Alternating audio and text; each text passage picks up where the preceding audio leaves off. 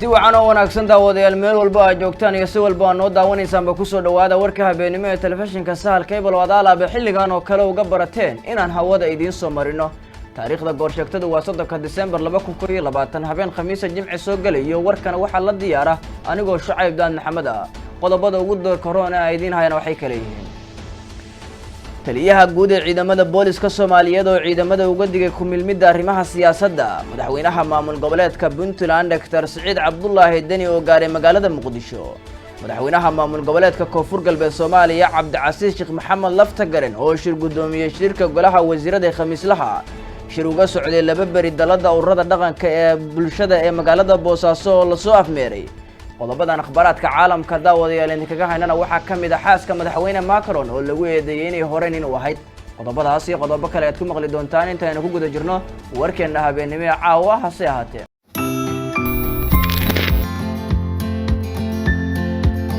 bulshay bushaaro idinkuna bil khayr dhaha gawaarida dhacaysiyo shilku waa dhibaate dhudhunka ruux ka jaba iyo lafta dhabarka hayso dhinacyadu bislaadeen afartiisa dhaadheer dhuuxu uu shumaayay qabadha waxalisa haddii dibadda dheer iyo dhulka laba la geyn jiray wuxuu dhaqaalahaysiyo hantina lagu dhamayn jiray taasi way dhammaato rabbi baana dhaafsho dhakhtarkii lafaha oo qaliimada dhameeyo waayo arag dhamaysaa dhinacaaga jooge dhayo boogahaaga oo dhan kaleeto haw kicin dhaqso booqo oo gaar National Hospital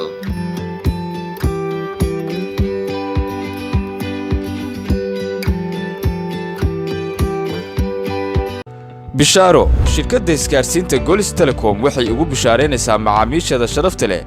adeega gaarhaye oo ah adeeg kuu sahlay inaad hesho ama aad soo ceshato telefoonkaaga ka lumay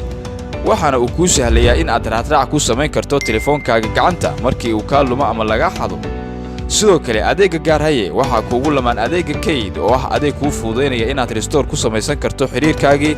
ama contactiskaagii kuugu save gareysnaa telefoonkaagii hore haddaba macmil si aad iskaga diiwaangeliso adeega gaarhaye ugu horeyn garaac xidig 104 gees kadibna ka dooro lambar 6 kana sii dooro lambar 1 oo ah isdiiwaangeli faahfaahin wixii intaa dheer fadlan nagala soo xiriir barta aan ku leenahay baraha bulshada adigoo fariin qoraaleed noogu reebaya ama si fudud u soo garaac lambarka gaaban 121 mahadsanid Golis Telecom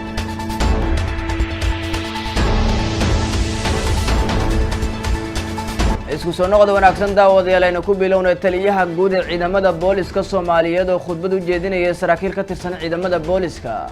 ayaa uga digay ciidamada inay ku milmida arrimaha siyaasadda sida warkaanu noo ku eegayo wariyaheena Cawil Yuusuf Ciise taliyaha ciidanka booliska xukuumadda federaalka Soomaaliya sareeya gaas Cabdi Xasan Maxamed Xijaar ayaa ciidanka booliska uga digay inay ku milmaan siyaasadda aysan ku habooneen inay khilaafka siyaasadeed ee dalka qayb ka noqdaan iyadoo maalmihii la soo dhaafay uu khilaaf siyaasadeed hareeyay madaxda ugu sareysa dalka kaasoo ay saldhig u tahay arrimaha doorashada oo marar badan dib u dhac ku yimid haddaba taliyaha ayaa ciidanka booliska faray in ciidamadu ku ekaadaan sugidda amniga kuna shaqeeyaan dareenka shacabka Soomaaliyeed tirada saraakiisha booliska ee hogaamisa dalka ayaad ka kooban tihiin qaar kan magacooda sheegay iyo inta kale aan sheeginna waa inta halka fadhida oo kale maxay yiraahdaan Israa'iil wada sheeg waqti badan baa naga lumaayo waxa saaka isugu kin yeeray ka sokow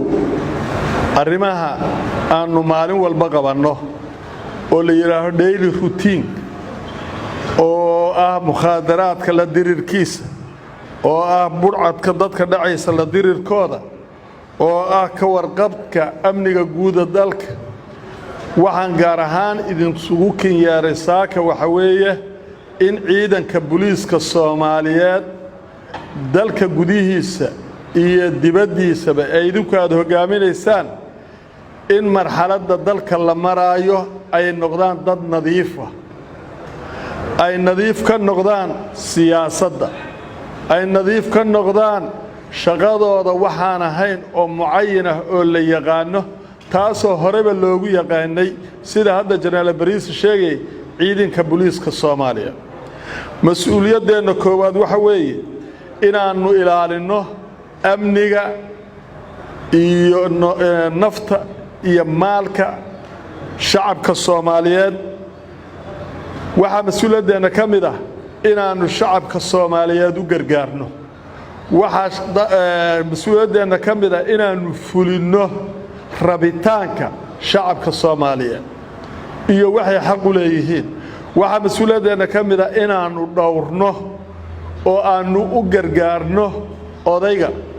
iyo wiilka yar ee wadada maraya iyo wiilka bajaajlaheed ee mootada ku shaqaysanaya iyo habraha yaanyada gadanaya inay dalka nabad ku noolaadaan nabadna ay ku maraan mas'uuliyaddeena koowaad weey marka dalku marxaladan oo kale maraayo waxaan rabaa inaan idinku adkeeyo inaanu ku ekaano amniga guud ee dalka taasi waa amniga guud ee nala ka rabo awalna aan u taagnayn haddana aan idin xasuusinayo waxa intaa ay dheer waxaan mas'uul ka nahay oo ciidamada amniga ee kale ee inta nala leh aan haddaan ka soo sheekeeyay waxa weeye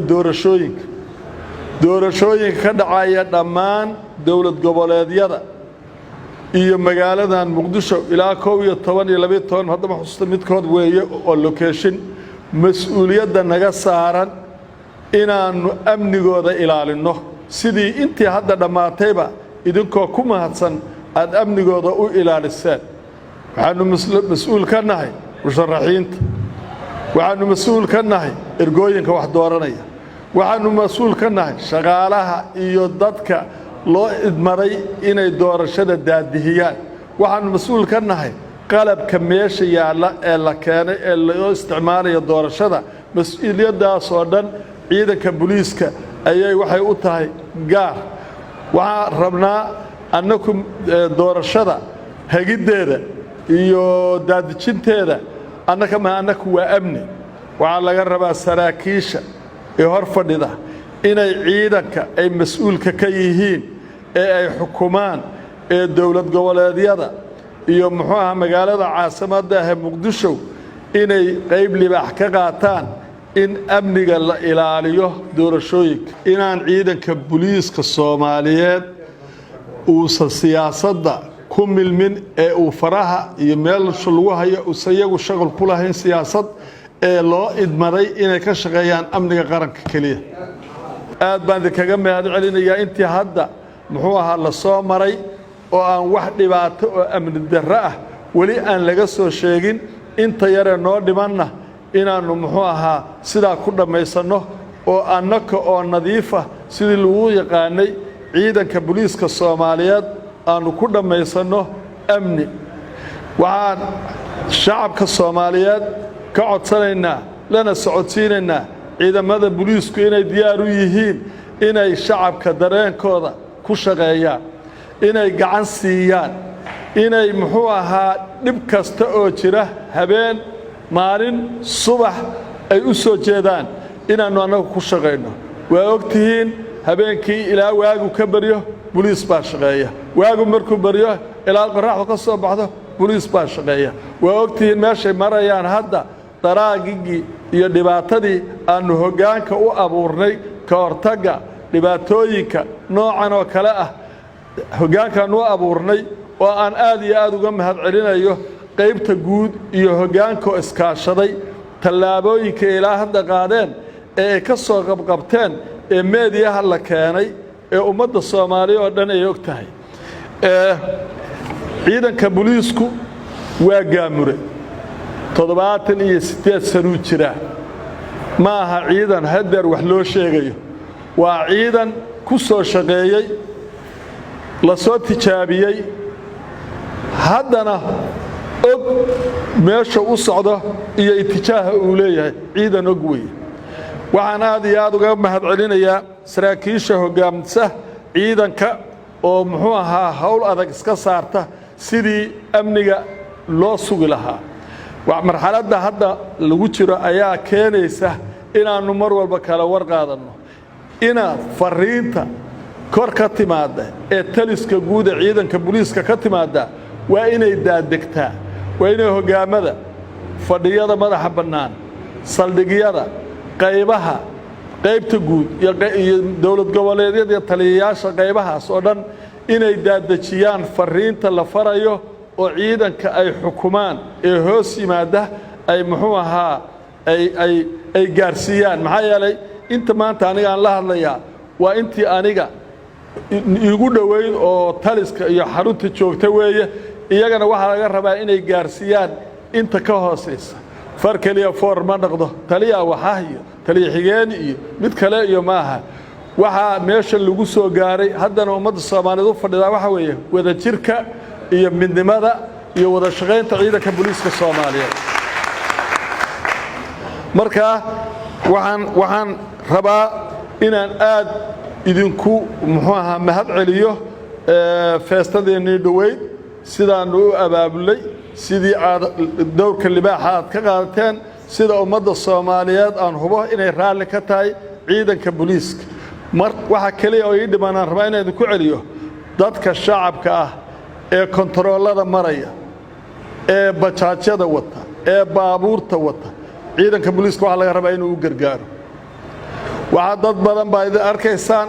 ummad badan baa meesha idinku dhaafaysa noocyo kala duwan weeye aqli kala duwan bay wataan shacabka Soomaaliyeed wax kasta oo ay adiga u shaada qabato adaa booliis ah adaa samirka laga rabaa adaa dulqaadka laga rabaa hadday ciidankaad xukunto tahay iyo hadday shacabkaba tahay shacabku wuxuu naga mudan yahay inaanu ku shaqeyno dareenkiisu naga mudan yahay marka waxaan rabaa inaan ku soo gabagabeeyo hadalkayga in doorashada soo socota inta dhiman aanu focuskeena saarno siday si nabadgelyo ah ku dhammaan lahayd cawil Yusuf Ciise telefishinka Sahal Cable magaalada Boosaaso madaxweynaha maamul goboleedka Puntland Siciid Cabdullaahi Dini ayaa hadda ka degay magaalada Muqdisho si uu uga qayb galo shirka wada tashiga qaran ee uu ku dhawaaqay ra'iisul wasaaraha xukuumadda federaalka Soomaaliya Maxamed Xuseen Roble wafdiga madaxweynaha waxaa magaalada Muqdisho ku soo dhaweeyay qaar ka mid ah golaha wasiirada xildhibaano iyo siyaasiyiin iyo qaybaha bulshada madaxweynaha dawladda Puntland hore waxa uu sheegay inuu ka qayb gali doono shirka wada tashiga ee uu cilaamiyay ra'iisul wasaaraha qaranka taasoo uu ka go'an saaray inuu ka qayb galo shirka wada tashiga ee uu cilaamiyay madaxweynaha jamhuuriyadda federaalka Soomaaliya Maxamed Cabdullaahi Maxamed Farmaajo arrintan waxay timi kadib markii madaxweynuhu uu shaqo joojin ku sameeyay ra'iisul wasaaraha xukuumadda federaalka Soomaaliya madaxweynaha maamul goboleedka Koonfur Galbeed Soomaaliya oo shir gudoomiyay shirka khamiislaha ee golaha wasiirada maamulkaasi sida warkaan uu ku eegayo wariyahana Cawil Yusuf Ciise madaxweynaha dawlad goboleedka Koonfur Galbeed Soomaaliya Cabdixasiis Xasan Maxamed Lafta Gareen ayaa shir gudoomiyay shirka khamiislaha ee wasiirada maamulkaasi oo ka qabsoomay magaalada Baydhabo ee xarunta gobolka Bay shirka ayaa waxaa toddobaadkan looga hadlay arrimo kala duwan oo ay ka mid yihiin amniga deegaanada maamulka iyo dardargelinta qorshayaasha loogu adeegayo shacabka maamulkaasi shirka golaha wasiirada ee maamulka ayaa warbixino kala duwan oo la xiriira shaqooyinka wasaaradaha la siiyay madaxweyne Lafta Gareen isagoona ku bogaadiyay wasiirada sida ay shaqada u wadaan inta uu socday shirka golaha wasiirada ayaa waxaa sidoo kale lagu ansixiyay sharciga biyaha oo ay soo gudbisay wasaaradda tamarta iyo kheyraadka biyaha dawladda shirka golaha wasiirada maamulka Koonfur Galbeed oo khamiis walba lagu qabto magaalada Baydhabo ayaa waxaa diiradda lagu saaray dhacdooyinkii ugu dambeeyay ee ka dhacay deegaanada Koonfur Galbeed iyo dardargelinta howlaha amniga Cawil Yusuf Ciise telefishinka Sahal Cable magaalada Boosaaso waxaa magaalada Boosaaso lagu soo gabagabeeyay shir laba bari uga socday dalada ururada dhaqanka ee Boosaaso ee Lubaan shirkaas muddadii uu socday waxa lagu doortay guddoon cusub wariyahana Maxamed Cabdiraxmaan Dhuubane ayaa warbixintan inoo eegaya waxaa maanta la soo afmeeray dhisidda dalada urur dhaqanka ee Boosaaso ay ku midoobeen 5 urur dhaqameed taasoo lagu magacaabo Lubaan oo ka shaqeynaysa arrimaha horumarinta iyo xoojinta dhaqanka Boosaaso iyo guud ahaan gobolka Bari shirka oo muddo 2 maalin ah socday dalada waxaa lagu doortay guddoon cusub kuwaas oo hogaamin doona dalada waxaana guddoomiye loo doortay Cabdirasaaq Axmed Siciid Dhagalibaax halka guddoomiye ku xigeen loo doortay Xabiibo Yuusuf waxaa sidoo kale goobta lagu doortay xoghaye cusub markii ay soo dhamaatay doorashada guddoonka cusub ee dalada Lubaan waxaa goobta hadallo kooban oo hambalyaha ka jeediyay ayaa Nuur Muuse isku duwaha wasaaradda haweenka gobolka Bari oo si xor iyo xalaal u dhacday waa taageerayna wasaaradda haween ahaan waxaan ku taageeraynaa hidihii dhaqankii la soo celiyo suugaanta in wax walba lagu cabiro qolyaha farshaxanka iyo suugaanta iyo waxaan arintan aad uga mahadcelinayaa inay soo qabanqaabiyeen oo dalladan dhiseen oo muddo fara badanna lagu howlanaa oo aan anaga ilaa markii saddexaad miyaan ka soo qayb galno wasaaradda warfaafinta isuduwaheena Shucayb oo arrintan aad uga soo shaqeeyay iyo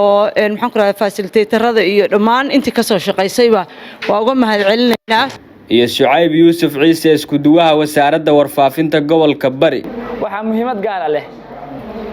labadan cishay muhiimadda in u fadhinay oo ahayd dhisidda dalladda ururada dhaqanka runtii dalladda Luubaan xubnaheeda gudoomiyaheeda sare gudoomiyaheeda fulinta xoghayaheeda iyo gudoomiye xigeenka intaba waxaan leeyahay waxa weeye waan idin hambalyeynaya mar labaad iyo mar saddexaadba hambalyo iyo Maxamuud Xasan Cammo kaaliyaha xoghayaha dawladda hoose ee degmada Boosaaso wasaaradda iyo hay'adda kaalo aad baan idin salaamayaa barnaamijkan oo socday 2 maalmood wuxuu ahaa barnaamij run ahaantii aad u qurux badan doorashadii la doortayna aad baan uga mahadcelinayaa Maxamed Abdiraxmaan Dhuubane warbaahinta Sahal Cable TV magaalada Boosaaso dagaal la isku adeegsaday hubka noocyadiisa kala duwan ayaa ka dhacay magaalada Balcad ee gobolka Shabeellada Dhexe wariyahana Cawil Yuusuf Ciise ayaa warkaan inoo faahfaahinaya qasaare kala duwan ayaa ka dhashay weerar ay xarakada al-shabaab kula wareegeen degmada Balcad ee gobolka Shabeellada Dhexe haddaba waxaa dagaalkaasi degmada Balcad ku geeriyooday dad shacab ah taasoo ay keentay in hobiyaal ay ku dhacaan guri ay dad shacab degan yihiin dhanka kale xaaladda degmada Balcad ayaa degan kadib markii ay isaga baxeen al-shabaab iyadoo ay halkaasi gaareen ciidanka xoogga dalka General Odawa Yusuf Rage